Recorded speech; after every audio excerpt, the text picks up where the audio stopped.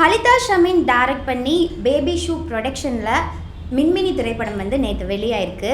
இந்த படத்தில் நிறைய புதுமுகங்கள் நடிச்சிருக்காங்க. படத்தோடைய ஒன்லைன் என்ன அப்படின்னு பார்த்தீங்கன்னா, தன்னுடைய நண்பனோட கனவுக்காக ஹிமாலயாஸ்க்கு போகிற ஒரு ஹீரோவோடைய பேஷனை வந்து மறுபடியும் ஹீரோ ஃபாலோ பண்ணணும், ஹீரோவை மாற்றணும் அப்படிங்கிறதுக்காக ஹீரோ கூட ட்ராவல் பண்ணுற ஹீரோயின். கடைசியில் இவங்க ரெண்டு பேர்த்துக்கு நடுவில் என்ன நடந்துச்சு அப்படிங்கிறது தான் கதை. படம் வந்து ஸ்டார்டிங்லேயே பார்த்தீங்கன்னா ஹீரோ பர்ஸ்பெக்டிவில் ஹலிதா ஷமீன் அவர்கள் ஸ்டார்ட் பண்ணியிருக்காங்க. அப்படியே ஹீரோ பர்ஸ்பெக்டிவ்லேயே படம் மூவ் ஆகி போயிட்டுருக்கு. நடுவில் ஒரு இன்சிடெண்ட் வருது. அந்த இன்சிடெண்ட்டுக்கு அப்புறமா டக்குன்னு ஹீரோயின் பர்ஸ்பெக்டிவில் படம் வந்து டிரான்ஸ்ஃபார்ம் ஆகுது. அந்த டிரான்ஸ்ஃபார்மை ரொம்ப சூப்பராக அவங்க பண்ணியிருக்காங்க. அண்டு இன்னொரு விஷயம் வந்து படத்தோடைய ஃபர்ஸ்ட் ஹாஃப் வந்து கொஞ்சம் லேகாக தாங்க இருந்துச்சு. சம்டைம்ஸ் நமக்கே பார்க்கும்போது ஃபர்ஸ்ட் ஹாஃப் எப்போ முடியும், எப்போ இன்டர்வல் வரும் அப்படின்னு எனக்கே கொஞ்சம் போர் அடிச்சுது. ஏன்னா ஃபர்ஸ்ட் ஹாஃபில் அந்த படத்தில் இருக்கக்கூடிய கேரக்டர்ஸ் இருக்காங்க இல்லையா, அவங்க எல்லாருமே ஒரே மாதிரியே பிஹேவ் பண்ணுறாங்க, ஒரே மாதிரியே நடந்துக்கிறாங்க, ஒரே மாதிரியே திங்க் பண்ணுறாங்க. அண்ட் எல்லாருமே அன்பின் மறு உருவமாகவே இருக்காங்க.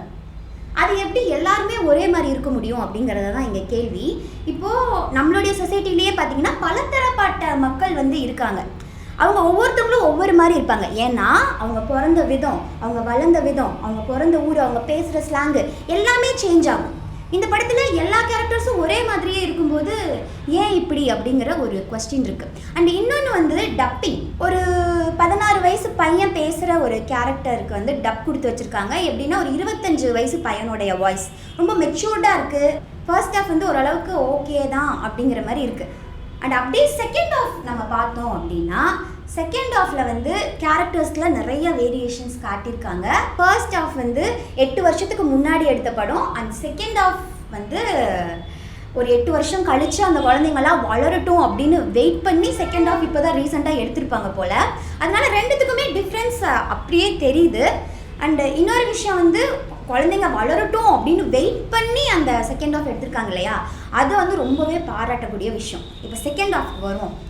செகண்ட் ஹாஃபில் பார்த்தீங்கன்னா கான்ஃப்ளிக்டே இல்லை. இப்போது ஒரு ஹீரோ வந்து ஜேர்னி போகிறாரு, ஒரு ட்ராவலிங் போகிறாங்க அப்படின்னா, அந்த ட்ராவலிங்கில் அதுவும் ஹிமாலயாஸ் போகிறாங்க அப்படிங்கிற பட்சத்துக்கு ட்ராவலிங்கில் நடுவில் ஏதாவது ஒரு பிரச்சனைகள் வரும், ஏதாவது ஒரு கான்ஃப்ளிக்ட் வரும். அப்போ தான் நமக்கும் பார்க்குறதுக்கு இன்ட்ரெஸ்ட்டாக இருக்கும். ஆனால் செகண்ட் ஹாஃபில் வந்து பெருசாக கான்ஃப்ளிக்ட் எதுவுமே இல்லை. ஒரே ஒரு கான்ஃப்ளிக்ட் அப்படின்னு சொல்லி வைக்கிறாங்க. ஒரு இடத்துல ஹீரோயினுக்கு வந்து ஹராஸ்மெண்ட் நடக்குது. அவங்க ஒரு டென்ட்டில் தங்கியிருக்காங்க. கூட டென்ட்டில் நிறையா பேர் இருக்காங்க. அந்த ஆள் வந்து ஹீரோயின் கிட்ட தப்பாக நடந்துக்கும் போது யாராவது ஒருத்தவங்க கூடவா முழிச்சு பார்க்க மாட்டாங்க, எல்லாருமே ஆழ்ந்த தூக்கத்தில் இருப்பாங்க அப்படின்னு சொல்கிறது வந்து கொஞ்சம் நம்பகத்தன்மையாக இல்லை. சினிமாட்டோகிராஃபி இந்த படத்தில் ரொம்ப சூப்பராக இருக்குது. ஒரு ஷார்ட்ஸையும் ஒரு ஆங்கிள்ஸையும் எது டிசைட் பண்ணணுன்னு பார்த்தீங்கன்னா, அங்கே இருக்கிற லேண்ட்ஸ்கேப் தான் வந்து டிசைட் பண்ணும். அந்த ஹிமாலயாஸில் இருந்த லேண்ட்ஸ்கேப் வந்து ரொம்ப சூப்பராக இருந்துச்சு, பியூட்டிஃபுல்லாக இருந்துச்சு. ஆக்சுவலாக அதுக்கு ஏற்ற மாதிரி ஷார்ட்ஸும் ஆங்கிள்ஸும் வச்சுருந்தாங்க. ஒவ்வொரு லேண்ட்ஸ்கேப், ஒவ்வொரு விஷுவல்ஸை நம்ம பார்க்கும்போதும் நம்மளே போய் அங்கே இருக்கிற மாதிரி, நம்மளே ட்ராவல் ஆகிற மாதிரி, நம்மளே ஜேர்னி ஆகிற மாதிரி ஒரு பயங்கரமான ஒரு ஃபீல் கொடுத்துச்சு. அடுத்ததான் மியூசிக். கதிஜா ரகுமான் பண்ணியிருக்காங்க மியூசிக். இப்போ நிறைய படங்களில் பார்த்தோம் அப்படின்னு வைங்களேன், மியூசிக் வந்து படத்துக்கும் படத்தோட கதைக்கும் சம்மந்தமே இல்லாமல் இருக்கும். திடீர்னு பார்த்தா ஒரு பாட்டுக்கு போயிட்டு வருவாங்க, எதுக்கு இந்த பாட்டு வந்துச்சு அப்படின்னே தெரியாது. ஆனால் இந்த படத்தில் அப்படியெல்லாம் இல்லை.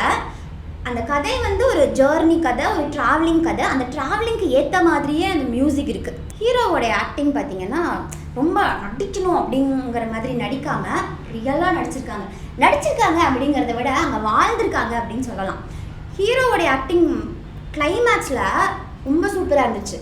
ஏன்னா அந்த கேரக்டராக நம்ம சேர்ந்து வாழும்போது மட்டும்தான் கிளைமேக்ஸில் அப்படியே ஒரு ஆக்டிங்கை வெளிப்படுத்த முடியும் அப்படின்னு நான் நினைக்கிறேன். அதனால ஹீரோவோடைய ஆக்டிங் சூப்பராக இருந்துச்சு அண்ட் ஹீரோயினோட ஆக்டிங் சூப்பராக இருந்துச்சு. இப்போ வந்து ட்ராவலிங் பண்ணுறதுனா ரொம்ப பிடிக்குமா, இல்லை எங்கேயாவது ட்ராவல் பண்ணணும் அப்படிங்கிற ஆசை இருக்கா, இந்த படத்தை போய் பாருங்கள். ட்ராவல் பண்ணிட்டு வந்த ஒரு ஃபீல் வந்து நமக்கு கண்டிப்பாக கிடைக்கும். ஸோ மின்மினி மூவியை மறக்காமல் எல்லோரும் போய் தேட்டரில் பாருங்கள். மின்மினி படத்துக்கான ஹாஸ்டஸ் வீடியோ மேலே கார்டில் இருக்குது, மறக்காமல் போய் பாருங்கள்.